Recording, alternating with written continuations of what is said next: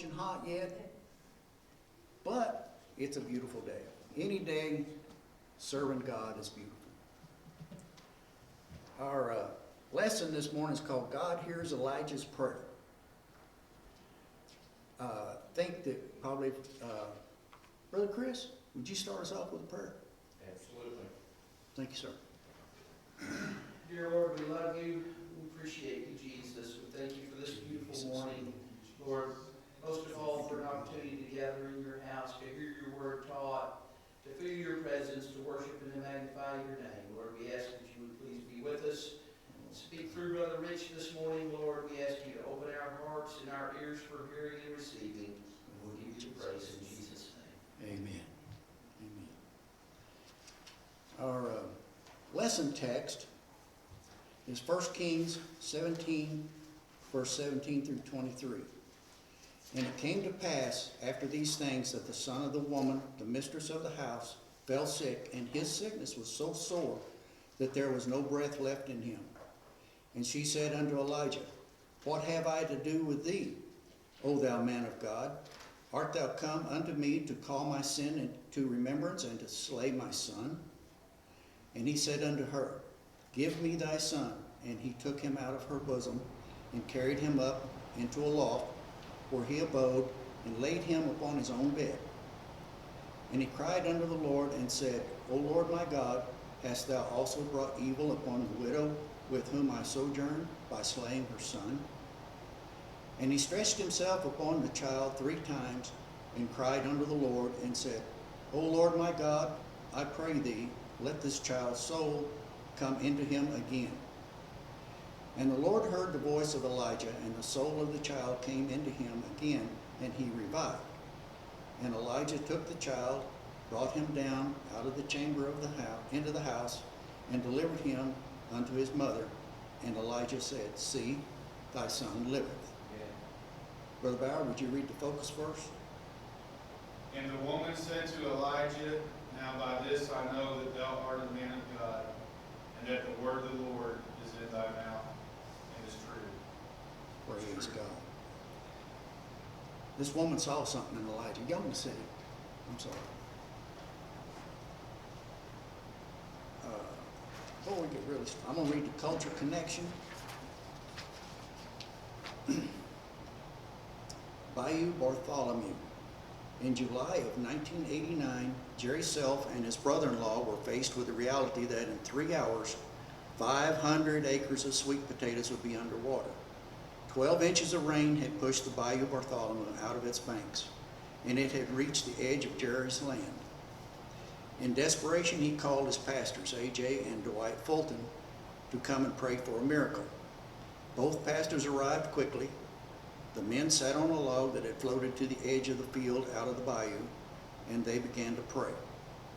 After the pastors left, Jerry continued to monitor the water, and found it had stopped rising.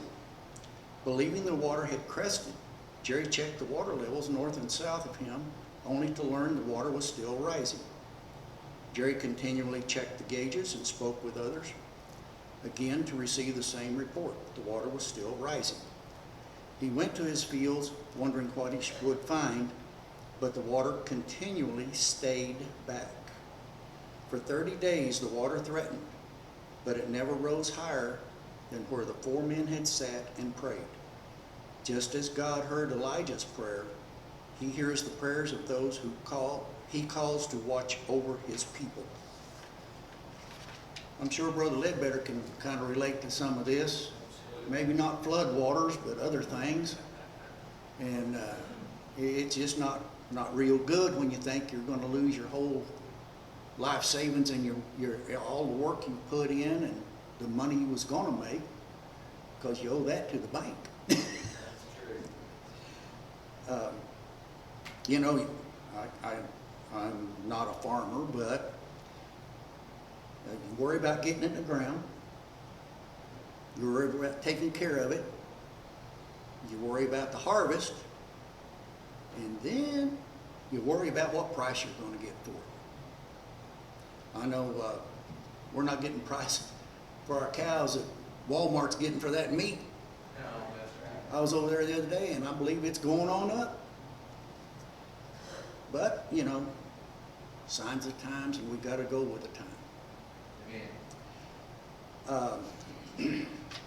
I know we're talking about Elijah, but a little background here too was after the death of King Jeroboam, the nation was plunged into a long civil war, Israel.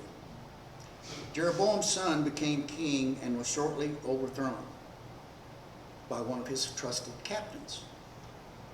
They went through a lot of deceit and treachery and had several kings. Do you know how long that span of time was? I really don't. It wasn't too many years, but it was a few years after Jeroboam died. Yeah. Then, and you say that Omri, O-M-R-I? Bicycle. He was one of the first kings after Solomon to have an international reputation. He brought Israel to a new era of wealth and political influence. Omri had his son marry the king of Sidon's daughter, Jezebel. We've all heard about her, Jezzy. This caused the rise in idol worship in Israel. The Sidonese were worshippers of Baal. This union brought a false god into Israel's national life. God gave Israel the promised land to punish the Canaanites for their false worship. Well, where were they headed? They're not going forward, they're sliding back. They're being backsliders. This marriage between Ahab and Jezebel represented the very undoing of Israel's conquest of the land under Joshua. They even rebuilt the city of Jericho, where the walls come tumbling down. They rebuilt that. Two important lessons are seen in the rise to power of Ahab. One, God is not impressed or moved by worldly standards of success. Right. We are. Human side, we are. Yeah. God's demands for obedience never changed.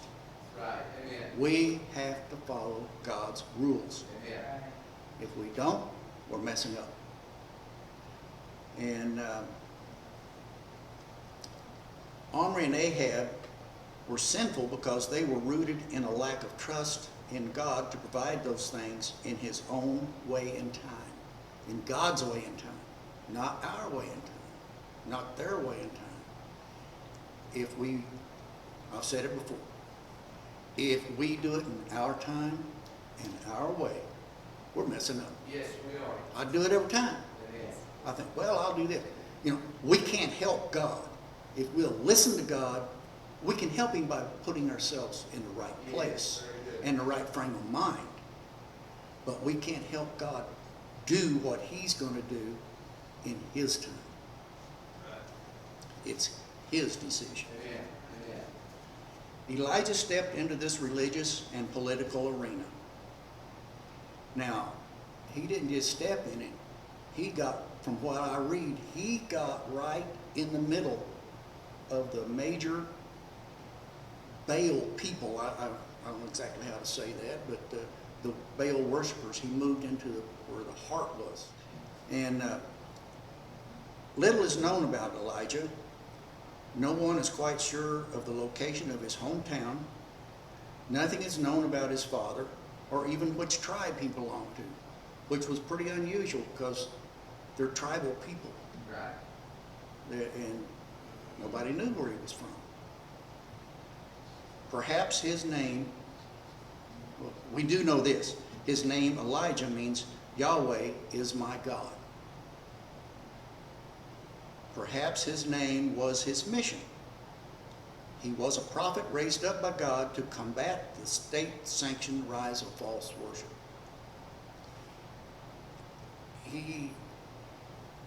Elijah was a great man.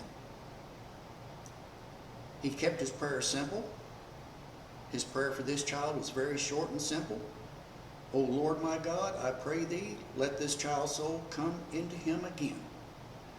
I think the text mentioned that this was probably the shortest prayer that Elijah ever prayed, even though his other prayers were short and simple. His prayers were also noted for their honesty. Also, he was known for his persistence. He prayed 3 times for the widow's son. Right. You think God didn't hear him the first time? I think God did. Sure. God wanted him to do this, to teach him and others lessons. We don't give up praying. We never give up Very praying. good. We, fleshly we, may want to. Spiritual we knows we shouldn't. Yes. And there's so many times that fleshly we will give up. Right. Oh, well, he don't want me to have it. Well, also, it depends on what we're praying for. He may not want you to have it. And if he don't want you to have it, he's not going to answer that prayer. No, no. Now, if you go out here and just spur of the moment do something, he may let you get away with it to teach you a lesson. Oh, that payment's coming due this month on that car I bought last month. Well, maybe you shouldn't have bought that car. Maybe you should have prayed about buying that car or whatever. I've been there. I'll admit it. I've been there. As a matter of fact, we bought a Mustang, several years ago. And we're driving home, and I look over at my wife and I said, "What'd we just do?" "You did it." Yeah, I did it. I messed up. And, we paid for it. It was hard. But we do a lot of things that way. Right, sure did. In Matthew 6, verses 7 and 8, Jesus used Elisha's type of praying as an example to everyone. "But when you pray, use not the vain repetitions as the heathen do, for they think that they shall be heard for their much speaking. Be not ye therefore like them, for your Father knoweth what things ye have need of before you ask him." Forward. Yes. He Amen. wants us to ask. Amen. He wants us to. It's like your kids. You may know they want something. Well, most people now just hand it to them. But if you do it right and trying to teach your kids stuff, you make them ask for it. When they're little and they're learning to talk, they see something. No, you ask me. Uh-huh.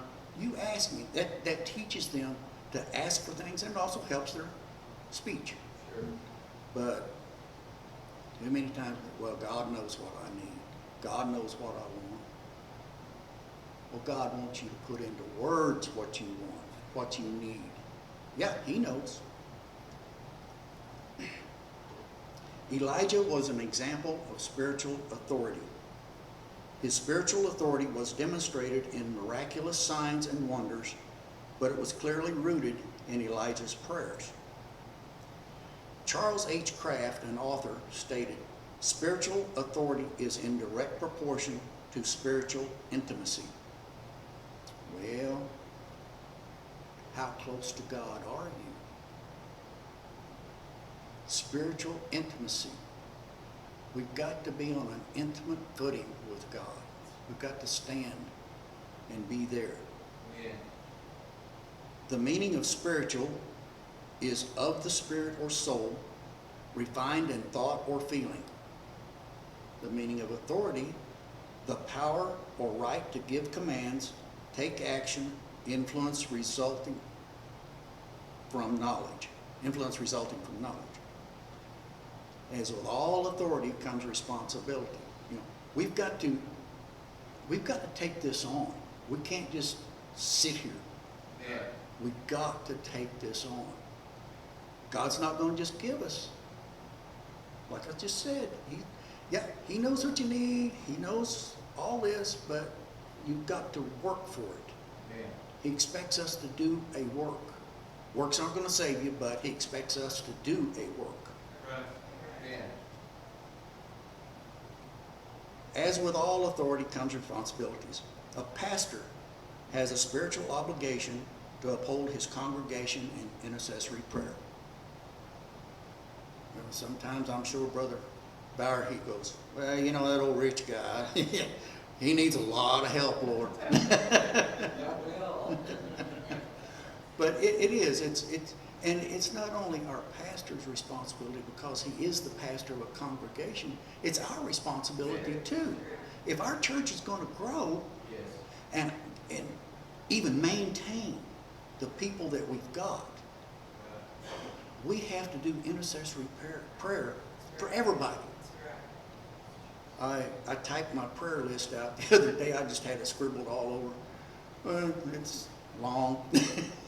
I'm thinking, Lord, I gotta pray for all these people.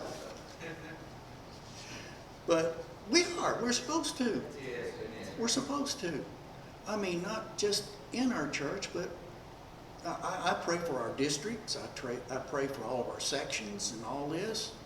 And I don't call them all by name because I don't know them. But, you know, it's our responsibility. Yes, it is. It is our responsibility. Spiritual authority must grow and develop, and we can only do that. This is what the praying for everybody does. It helps us to grow. It makes you feel better.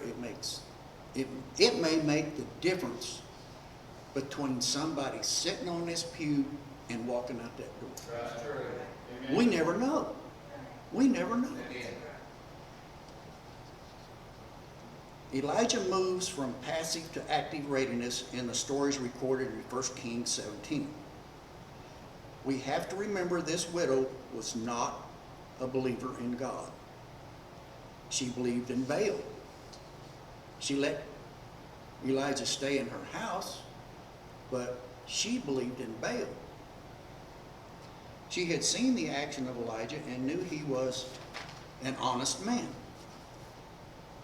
and had something the others didn't. She recognized his spiritual authority came from the one true God. When he come up to her and said, go make me a cake, she was ready to die. She was going to make her and her son the last for a meal and oil, and she was just going to die. But because she listened to him, I don't know this, but I'm assuming this, and this is me. She could feel something from Elijah. Right. She could feel, she didn't know what it was probably, but she could feel something. She didn't know it was from God. Because of her faith and Elijah's consistent prayer, God performed the first recorded resurrection story in the Bible. He reached down and raised that son up, put life back into him. Amen. And sometimes that's what we have to do. We have to call on our pastor to pray for us and put a little life back into us. Yes, amen. Right. Because we all get lackadaisical once in a while. Yes. We just need it. We need it. Note that she believed in the man before she believed in his God. He earned her trust. Yes, he did. She saw that he was honest and trustworthy. So it's easier to reach somebody when you're honest and trustworthy, because Amen. when you lie to them, you got to tell another lie to cover that lie, to cover the other lie. That's And they're going to say, you can't trust him. He don't never tell you the straightest stuff. She found him trustworthy. In order for this to happen, he had to present himself and his God as trustworthy. Because I'm sure he talked about God, maybe not every time he said something to her, but he mentioned it's kind of like we do with people, you know.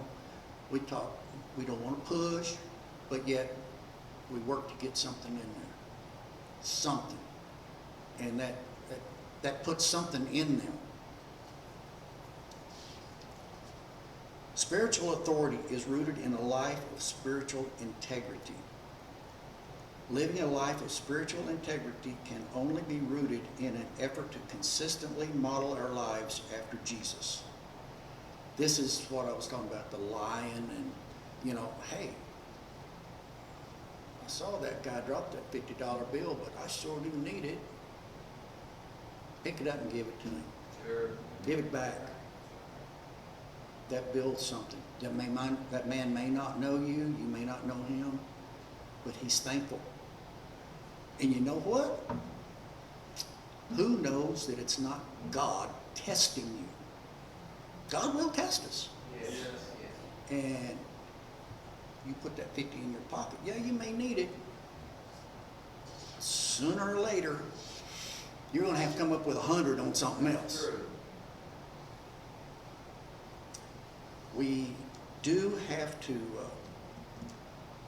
live it. If we're going to preach it, we got to live it. Yes.